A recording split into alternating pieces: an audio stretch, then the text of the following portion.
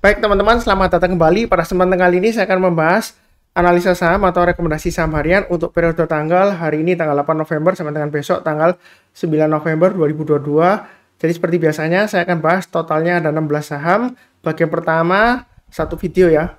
Saya akan bahas 8 saham, nanti berlanjut ke bagian kedua. Linknya ada di video deskripsi di bawah ini ya. Jadi totalnya ada 16 saham. Pada saat saya bahas ini masih sesi 1 break ya. Jamnya sekarang jam 12:20 waktu Indonesia bagian Barat ya. Jadi masih sesi 1 break. Tujuannya saya bahas adalah kalau sudah selesai saya bahas, kemudian saya upload di YouTube. Sebelum marketnya close, Anda ada keputusan untuk buy atau tidaknya ya. Kurang lebih seperti itu. Jadi yang pertama saya mulai dulu untuk saham Bumi ya. Jadi saham Bumi ini sudah sering saya sebutkan juga. Intinya selama dia masih bertahan di atas 120 itu masih cukup bagus ya. Kenapa pakai acuan 120?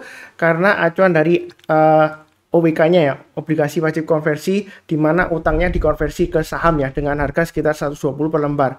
Nah, jadi area buy on weakness di sini sudah saya sebutkan di area 156 ya, itu yang terdekat ya. Yang ngikutin saya harusnya sudah buy. Jadi naik ke atas 170 tambah lagi atau average up.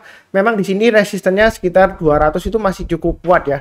Tapi kita jangan terlalu kaku. Kalau misalnya sebelumnya di sini gagal, belum tentu kali ini dia bakalan gagal lagi ya, enggak ya. Jadi dia saat ini trennya masih sideways di area supportnya 156, resistennya sekitar 200 ya. Jadi kalau mau buy sekarang memang di tengah-tengahnya ya. Anda bisa tunggu buy on weakness lagi di area 156 untuk buy on weakness ya. Tapi kalau nggak dikasih, yang mau buy itu boleh buy high sell higher. Ketika dia breakout naik ke atas 200 kita buy. Atau mau buy sekarang boleh tapi buy-nya bertahap aja.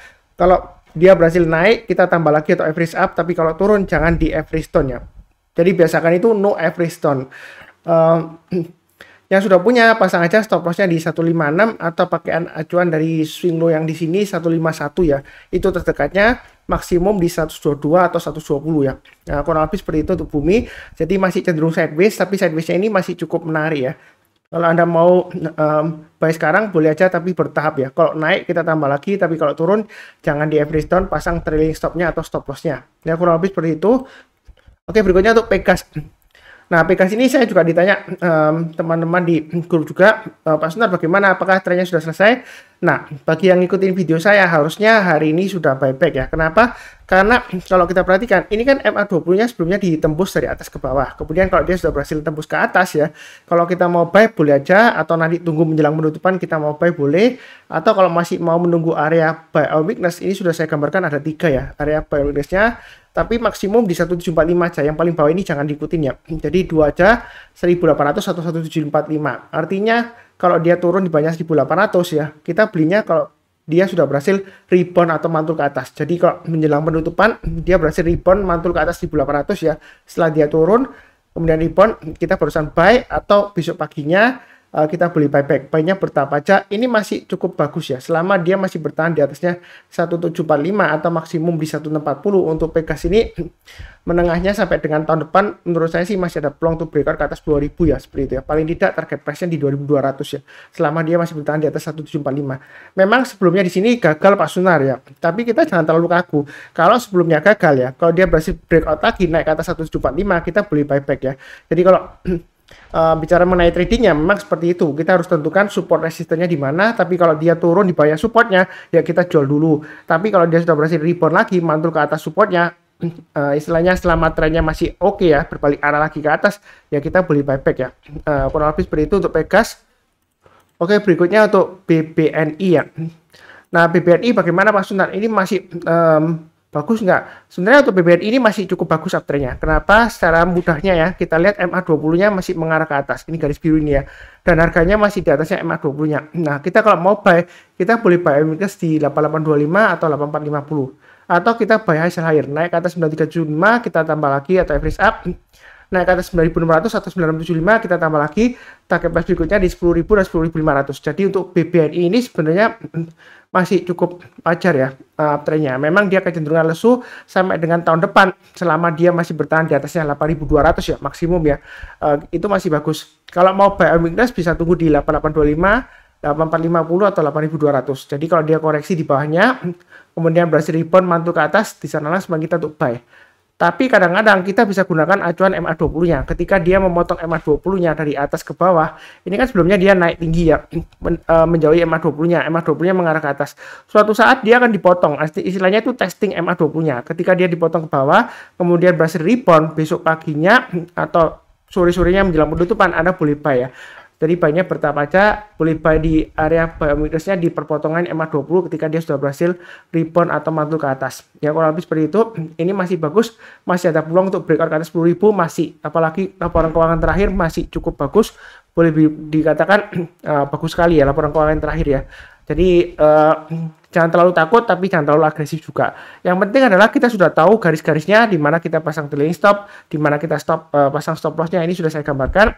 Kalau dia berhasil naik lagi, kita boleh tambah lagi atau average up ya. Kurang lebih seperti itu. Cukup ya untuk PBNI. Berikutnya PNLF ya. Ada yang tanya ke saya, Pak Sunar, kenapa kok koreksi lagi? Nah, sebelumnya ya kan dari atas dia koreksi ya. Nah, apakah ada sesuatu yang salah? Karena berita sebelumnya ada investor baru dan lain-lain, saya terus terang aja nggak ngikutin beritanya, tapi di sini saya fokusnya ke pergerakan harga sahamnya dan trennya. Memang kalau kita bicarakan mengenai trennya untuk PNLF ini, jangka pendeknya masih cenderung downtrend ya. Setelah dia naik tinggi, dia cenderung koreksi. Nah, di sini area buy on weakness itu sudah saya gambarkan ada dua ya, 560 dan sekitar area 482 sampai dengan 500. Jadi hari ini tuh dia berhasil rebound mantul ke atas. Kalau mau buy untuk PNLF silakan pasang stop loss-nya di 500, maksimum di 482 atau low-nya hari ini di 488. Buy-nya bertahap aja. Kalau dia berhasil naik lagi setiap kelipatan Rp20, kita boleh tambah lagi atau average up atau ikutin garis-garis yang sudah saya berikan. Jadi mau buy sekarang boleh, tapi buy-nya jangan terlalu banyak. Kenapa? Karena ini arahnya jangka pendeknya ini masih mengarah ke bawah. MA20-nya walaupun cenderung masih datar ya, walaupun mengarah ke bawah tapi dia cenderung datar ya. Nah, tapi harganya kan masih jauh di banyak MA20-nya. Jadi jangan terlalu banyak entry-nya, buy-nya bertahap. Kalau sudah punya jangan lupa pasang stop loss-nya di 500 dan 482 ya. Kurang lebih seperti itu ya. Itu untuk PNLF. Oke, berikutnya untuk ENRG. Uptrend-nya masih cukup bagus. Mau buy lagi average up boleh, sudah saya sebutkan naik ke atas 400 tambah lagi atau average up. Loh Pak Sunar, ternyata sesi 1 break ya, penutupan break ya. Sesi 1 kok ditutup di bawahnya 400. Sebenarnya masih cukup wajar. Kalau Anda misalnya takut mau buy, Anda boleh buy weakness di area 334 atau 296 ya. Ini sudah saya gambarkan. Kenapa 334? Ini garisnya yang sudah saya gambarkan sebelumnya. Jadi kalau dia naik, koreksi, breakout rebound lagi ke atas ya kita berusaha buy ya. Nah, kadang-kadang ini saya sebutkan lagi ya. Sebelumnya sudah saya sebutkan MA20-nya itu bisa kita pakai acuan untuk buy on weakness bagi yang belum punya. Jadi ketika MA20-nya masih mengarah ke atas, suatu saat harganya itu kalau dia jauh meninggalkan MA20-nya, dia akan testing MA20-nya. Nah, seperti ini ya. Ini kan harganya tiba-tiba naik tinggi, MA20 mengarah ke atas, suatu saat dia akan testing. Nah, ketika dia testing turunnya, kita belinya kalau sudah berhasil rebound atau mantul ke atas. Ya, contohnya di sini ya. Selama MA20-nya itu masih bagus arahnya. Jadi masih mengarah ke atas atau datar. Nah, ini memang kecenderungan mengarah ke bawah, tapi dia itu masih dalam batas toleransi ya. Dalam arti MA20-nya itu turunnya nggak tajam menukik gitu ya. Jadi kalau dia berhasil rebound lagi, di sana langsung kita tuh buy. Memang di sini seringkali fluktuasi ya. Dia sideways, range-nya cukup lebar di sini, tapi sudah saya gambarkan 258 dan 296. Jadi kalau dia sudah berhasil breakout, ini saya sudah sebutkan berulang kali ya. Kita jangan terlalu kaku. Dalam arti kalau kita lihat di sini ya, ini 1, 2, 3, 4, 5 ya. 5 kali dia gagal terus. Tapi ketika dia breakout yang ke-6 kalinya, dia kan berhasil ya, seperti itu ya. Jadi kita jangan terlalu kaku. Kalau sebelumnya dia gagal breakout ya, kali ini breakout belum tentu akan turun lagi ya. Jadi jangan sampai Anda takut, wah jangan-jangan nanti turun lagi. Nggak perlu takut. Karena saya sudah bilang setiap kali ya, berulang kali juga, jangan bosan-bosan yang ikutin saya. Dimanapun Anda belinya, baik itu di atas, di tengah-tengah, atau di bawah, suatu saat setelah Anda beli, baik itu 1 detik kemudian, saya nggak menggunakan yang jelek, bisa aja tiba-tiba turun lagi ke bawah. Ya, seperti itu ya. Entah itu di atas, di tengah-tengah, ataupun di bawah. Ketika dia sideways, mungkin Anda mau koleksi di bawah, oh ini sudah sideways Pak Sunar, di bottom. Ya, setelah Anda beli, bisa aja dia breakdown supportnya yang terdekatnya, bisa aja turun lagi, downtrend lagi bisa. Yang penting di sini adalah kita selalu pasang trailing stop dan stop loss ya, seperti itu ya. Jangan terlalu takut. Selama uptrendnya masih bagus, kita beli buy high sell higher kalau dia berhasil breakout. Jadi yang belum punya, kalau mau buy high sell higher, naik ke atas 404 tambah lagi atau average up atau naik ke atas 400 ya, sesuai dengan garis saya. Berikutnya kalau mau tambah lagi, Anda atur sendiri ya, boleh ketipatan Rp20 atau Rp50, terserah Anda ya, seperti itu ya. Nah, kalau kita lihat di sini untuk energi ini masih ada peluang untuk naik ke atas 500, masih ada. Seperti itu ya. Mungkin ada bilang, Pak Sunar, ini kan reputasi grupnya kurang bagus lah dan lain-lain. Saya di sini fokus ke pergerakan harga sahamnya. Jadi kalau misalnya Anda menurut Anda reputasinya kurang bagus atau manajemennya kurang bagus, ya Anda kurangi aja posisinya. Selama uptrendnya masih bagus, Anda kalau mau trading silahkan ya. Yang penting pasang trailing stop dan stop loss. Anda berani nanggung resikonya, ya udah. Jangan terlalu kaku juga ya seperti itu ya. Ini masih ada peluang ke 500. Tapi kalau misalnya ini breakout ke atas ternyata gagal turun ke bawah, jangan nyalahkan Pak Sunar ya. Memang semua analisa disclaimer. Saya nggak pernah menyesatkan orang lain. Selama uptrendnya masih bagus, breakout ke atas kita boleh buy. Wah, bukan berarti wah Pak Sunar itu sesat. Masa nyarankan buy di ketinggian? Enggak. Saya follow trennya. Selama uptrendnya masih bagus, harga breakout ke atas dia akan berusaha untuk higher high. Jadi jangan terlalu kaku. Di sini mungkin ya sebelumnya saya sudah sebutkan ya. Gagal terus Pak Sunar, terus ini breakout, wah jangan-jangan nanti turun lagi, saya tunggu di bawah, ya nggak dikasih-kasih ya, seperti itu ya, tapi ini garisnya sudah saya gambarkan 334, jadi harusnya yang ngikutin saya, ketika dia koreksi, rebound, mantul ke atas, menjelang penutupan atau besoknya boleh buy, ini sudah sering saya sebutkan juga, kurang lebih cukup. Berikutnya untuk SCMA, uptrendnya sejauh ini masih cukup bagus, MA20-nya mengarah ke atas, harganya masih jauh di atasnya MA20-nya ya. Nah, kita kalau mau buy silakan, karena sudah saya sebutkan, naik ke atas 252 boleh buy, target price berikutnya di 278 dan 325 ya. Jadi sejauh ini masih cukup bagus uptrendnya. Kalau misalnya Anda mau buy a weakness, ini sudah saya gambarkan di 228 atau sekitar 238 ya, garis saya di sini ya. Jadi 228 ini kebetulan kurang lebih di area MA20-nya. Jadi ketika dia testing MA20-nya, memotong MA20-nya dari atas ke bawah, ketika dia koreksi, kemudian dia berhasil rebound mantul ke atas, selama MA20-nya masih mengarah ke atas atau kecenderungan masih bagus ya, nggak langsung menukik ke bawah ya MA20-nya, itu masih boleh buy. Itulah yang dikatakan untuk buy on weakness. Jadi gampang sekali analisa ya. Anda nggak perlu langganan tools yang macam-macam lah, ada warnanya merah, kuning, hijau, biru, dan selanjutnya ya, dan lain-lain ya. Apalagi ada yang hitung akumulasi, distribusi dan lain-lain, ya boleh aja sih kalau ngikutin mereka. Tapi saya di sini fokusnya simple banget ya, fokus pada trennya, support dan resistennya. Udah itu aja ya. Kurang lebih cukup ya untuk SCMA. Oke, berikutnya untuk BRMS. Nah, BRMS di sini apakah masih bagus Pak Sunar? Masih bagus. Kenapa? MA20-nya masih mengarah ke atas. Harganya dia akan berusaha untuk breakout ke atasnya ini ya. Swing high-nya di 193. Mau buy sekarang boleh aja. Buy-nya bertahap naik ke atas 200 tambah lagi atau average up. Target price berikutnya di 220, 240 ya. Seperti itu ya. Area buy weakness sudah saya sebutkan di MA20-nya ya. Sering banget ya saya sebutkan ya. Jadi ketika dia koreksi ya, ditembus ke bawah, kemudian dia berhasil mantul rebound ke atas, besok paginya atau menjelang penutupan di sini ya, kita boleh buy ya. Jadi yang ngikutin saya harusnya sudah buy, karena ini masih lumayan menarik ya, masih bagus ya. Kalau misalnya Anda takut, Anda tunggu aja buy weakness di 180 atau 170. Jadi buy weakness itu artinya koreksi, kemudian kita tunggu kalau dia berhasil rebound mantul ke atas, kita barusan buy. Buy-nya bertahap aja, kalau nggak dikasih kita buy high, sell higher ya. Jadi breakout naik ke atas kita buy, naik lagi kita tambah lagi. Tapi kalau turun jangan di average down-nya. Jangan hold, pasang trailing stop atau stop loss sesuai dengan resiko profil masing-masing. Nah, sebelumnya Anda tanya ke saya, Pak Sunar kalau naik terus di average up terus nanti kan resikonya malah besar. Iya, tapi kan kalau uptrendnya masih bagus ya, selama uptrendnya masih bagus, kalau kita tambah lagi lotnya, memang average kita naik, resiko kita juga naik, tapi reward kita kan masih bagus juga. Jadi nilai rupiahnya bertambah karena kita menambah posisi ya seperti itu ya. Tinggal kita sesuaikan dengan resiko profil masing-masing. Kalau nggak berani, ya udah nggak mau tambah nggak apa-apa ya. Tapi kalau mau tambah silakan.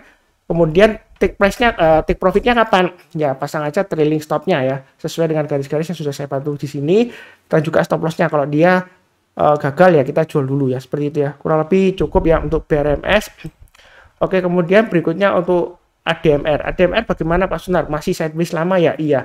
Jadi kalau kita perhatikan di sini area buy on weakness sudah saya sebutkan di 1700 dan 1800. Yang ngikutin channel saya, video saya harusnya sudah buy ya, seperti itu ya. Saya tekankan sekali lagi ya, budayakan untuk rajin menonton dan mencatat ya. Dan juga kalau Anda berminat untuk buy, pasang automatic order buy, kemudian Anda pasang juga automatic order sell untuk trailing stop dan stop loss. Ini garis-garisnya sudah saya berikan acuannya. Jadi sebenarnya ngikutin saya itu gampang banget.